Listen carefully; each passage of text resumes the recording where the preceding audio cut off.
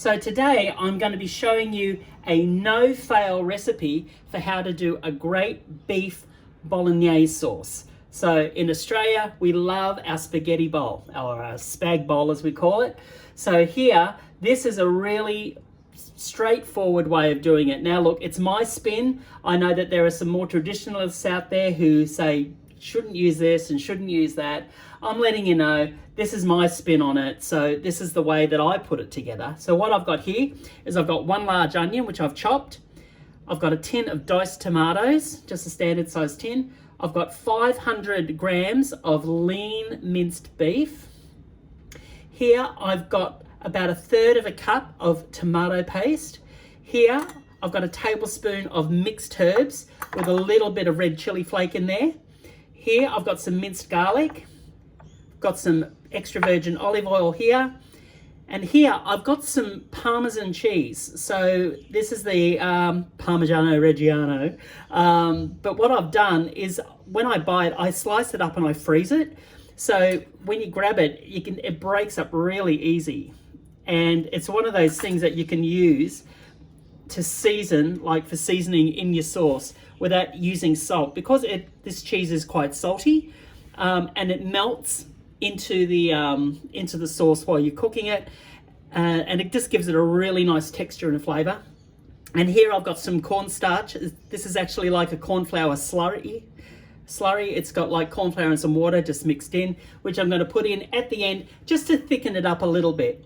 And of course here I've got 2 cups of beef stock. So, and what I'm going to do to start everything off, you're going to love this, is I'm going to get the beef stock. I'm going to get our tomato paste, and I'm actually going to put it into here. And I'm just going to mix that up.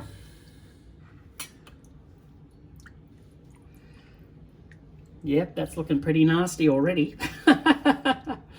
The reason I do it here and not in the pan later is it's just easier to mix it all up before you throw it in. And to that end, I'm going to put in the mixed herbs there. And also I'm going to put in the minced garlic. Not sure if I mentioned the minced garlic before, but that is 3 cloves of minced garlic. And then you just grab it and then you just stir it around. And we're going to put that into the pot a little bit later when we get ready to cook. All right, so what I'm going to do is I'm going to move this stuff to the side. I'm going to get the pan, I'm going to get the cooktop, and we're going to get cooking. Here we go. Heat on. Going to put some olive oil in there, just a little bit. Let that heat up. When you see the oil start to get a little bit of a shimmer on it, that's the time when you can start adding your onions in. There they go.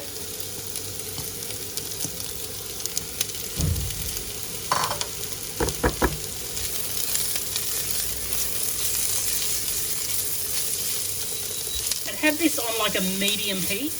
And we're aiming to cook this for around about 3 to 5 minutes, just until those onions get a little translucent and a little soft.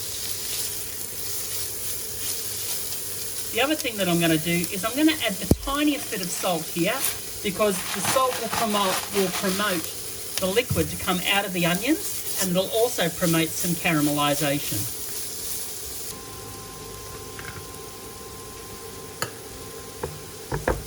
Okay, so that's been a few minutes. You can see those onions have started to become a bit translucent.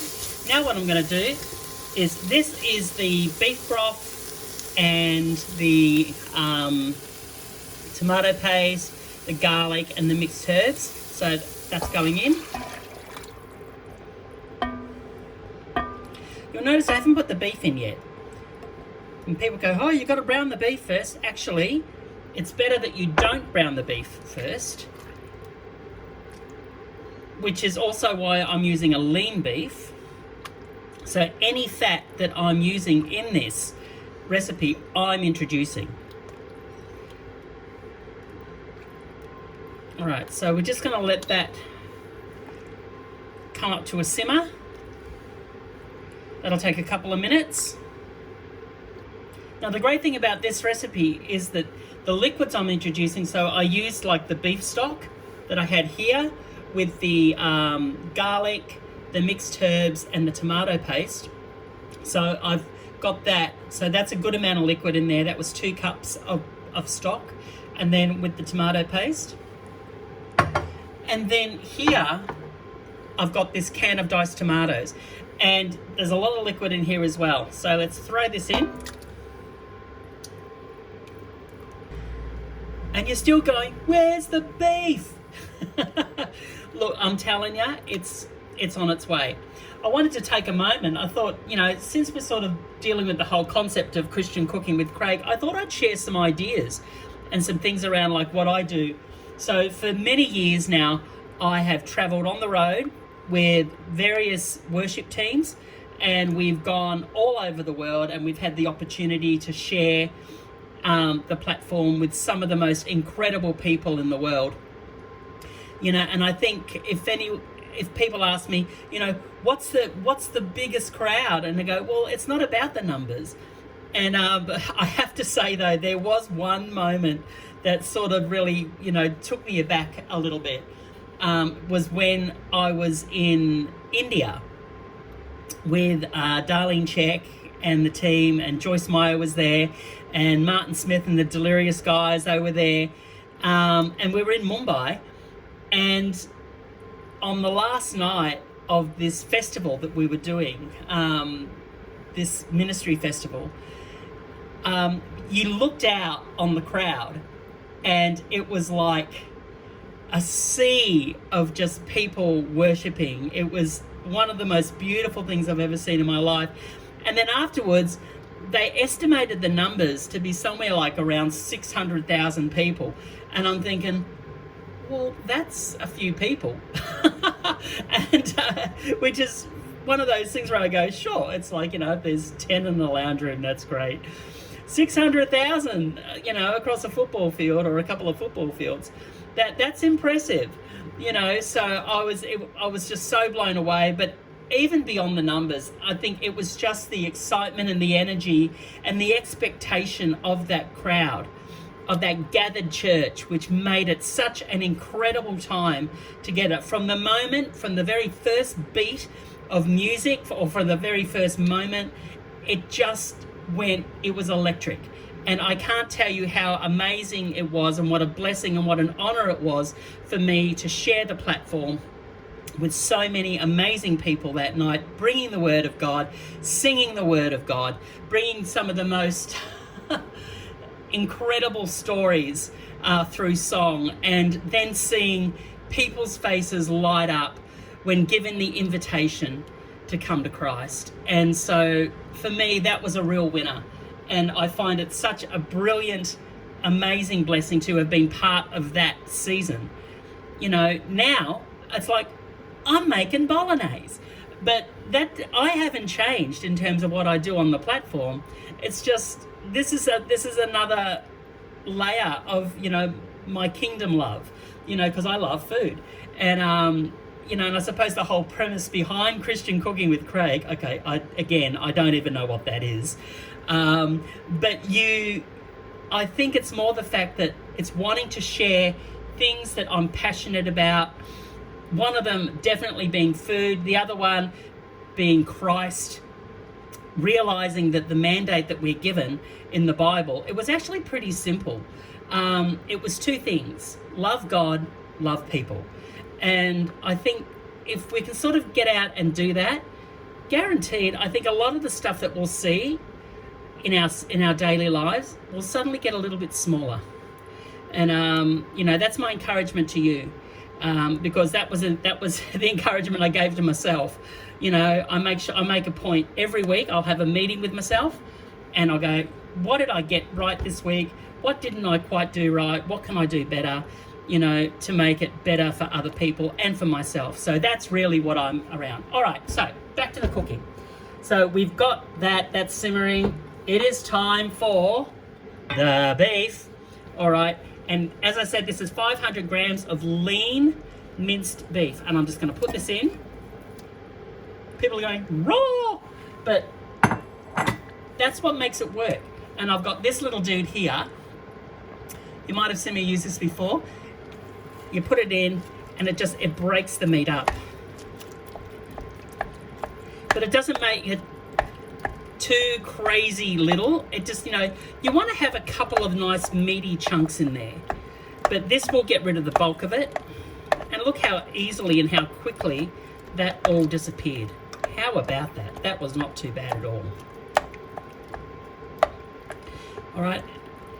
And then, while we're doing this,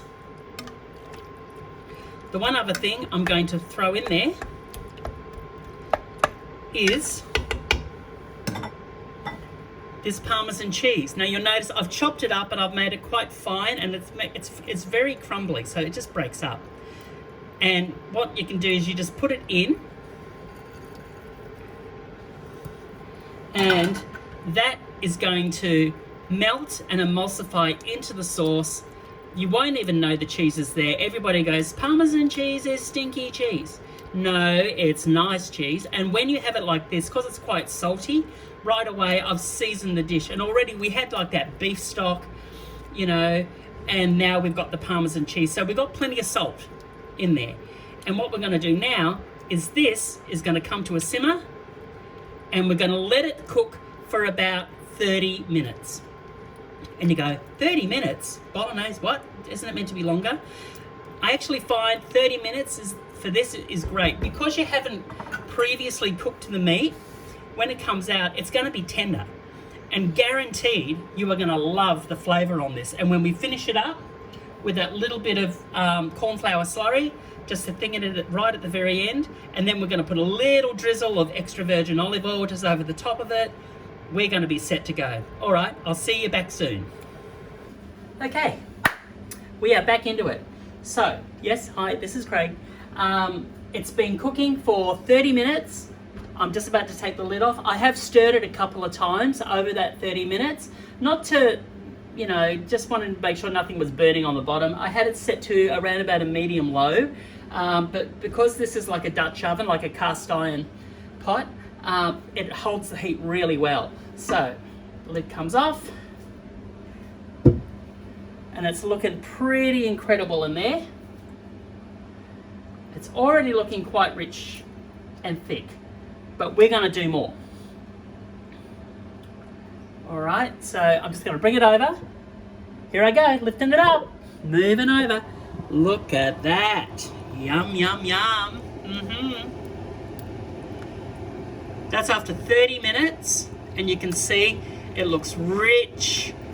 All that tomato, that onion, all that garlic, and even that Parmesan cheese, that's all been worked into there. But now we're going to go to the next step. So now that we've done that, I'm going to set this to low. Just keep the heat going a little bit. I've got a little bit of extra virgin olive oil, which I'm just going to put in. It's just going to put a nice little bit of flavour, just that lovely aromatic flavour of the olive oil, you know, because that hasn't been cooked into the sauce, so it's going to sort of sit on top of it and give it that beautiful earthy layer. So now that we've got that, we're going to get it up to a bit of a simmer, and once we've done that, then we've got this. This is my corn flour slurry. Now this is like about 1.5 teaspoons, and I've just mixed it with a little bit of cold water. Whoops, and I'm spilling it, as you do. So what I'm going to do is, just as this comes up to heat, I'm just seeing it starting to bubble now, I'm going to put this in and start to stir it in, and it's going to start thickening almost immediately. And it's going to change. It's almost going to, it'll get a little paler at first. Don't worry too much about that. What we're aiming for is we're aiming for it to have a bit of a consistency so that it can roll off or when you lift up a spoon, it actually has, you know, a little bit of retention. Now this is a rubber spatula, so let me get a wooden spoon and then I'll show you how it's really done. And here's my good old wooden spoon. You can have a look here. See how rich and thick that sauce is. That is going to cling to any pasta that you have with it. Now, the kind of pasta that you would have, there's a whole variety. I've actually made this with the intention of making it gluten-free, which is why I use this corn flour, which is marked gluten-free. And by doing that, it means everyone can have it and everyone can enjoy it. It's still got that same rich flavor. The only difference is when I make a pork bolognese, there's a fair bit of fat in pork. And what I'll do is I'll use plain flour. And in that case, I actually cook the meat first, because pork doesn't react the same way as beef when tomato is introduced into it. So you just got to make sure, like when you are doing a pork bolognese, you cook the meat first, and then I add about a tablespoon of plain flour. I just drizzle it over and fold it in. It creates like this internal roux and a natural thickener, and you can use that throughout the course of making the bolognese, and then you just do the rest as I showed you. All right, but that's it. And then what I'm going to do is I'm going to cook some pasta. I looked for spaghetti. I haven't got any. I've got some shells. Yay. So I'm going to do that and then put it all together. And then, of course, I'll give you the hero shot, because we need that, don't we? Okay, so what I've got here is in a pot, I've got 3 litres of water, which is coming to a boil. And once that comes to a boil, then I'm going to put some salt in it. Don't skimp on your salt. It should almost taste a little bit like seawater, the way that you should be seasoning your water for when you cook your pasta. All right, so I'm letting that come to a boil, and once that's at a vigorous boil, then we'll throw the pasta in. Not before the salt. Yeah, that's right. So we'll do the salt first. Gotcha. Okay, so come back. This water is at what I would call a vigorous boil. Here I've got some salt. As I said, don't skimp on your salt. And it goes. And I've got here, I couldn't find spaghetti, so I've got some large shells, and these will be good because they'll catch all that beautiful meat sauce and everything. And so what we'll do is we throw this in. Keep the lid off at this point. We are not aiming to have your kitchen explode with pasta water flowing up the top. And what we're going to do here is get this to it's boiling now, and we're going to cook that for around about 11 minutes. But I would test it after about 9. And if you test the pasta and it has like the tiniest bite to it, that's what they call al dente, and that's probably a good indicator to take it out from there, because what happens is it does continue to cook a little bit after. So if you don't want like that mushy, pasty kind of pasta, then do that. But if you do want that kind of mushy, pasty pasta, then, you know, cook it for half an hour. All right, let's have a look at this. Just going to pull one out. Ouch. You can get one. There we go.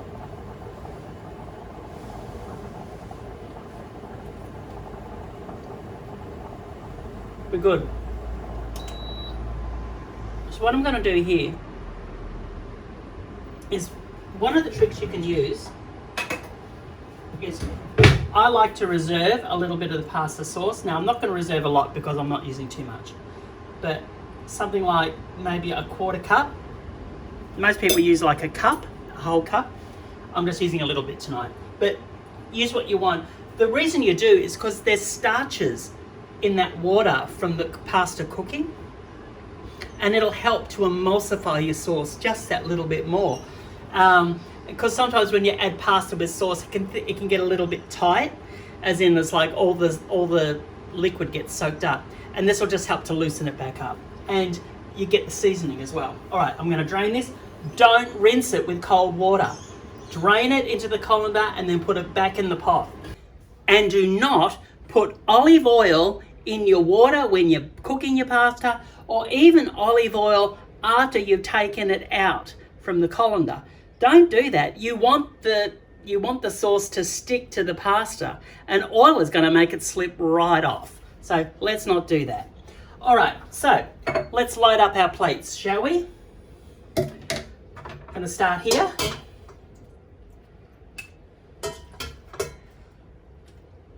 Now, I didn't make a huge amount of pasta. I would say it's pasta for one, but it's like, you know, it's a big one.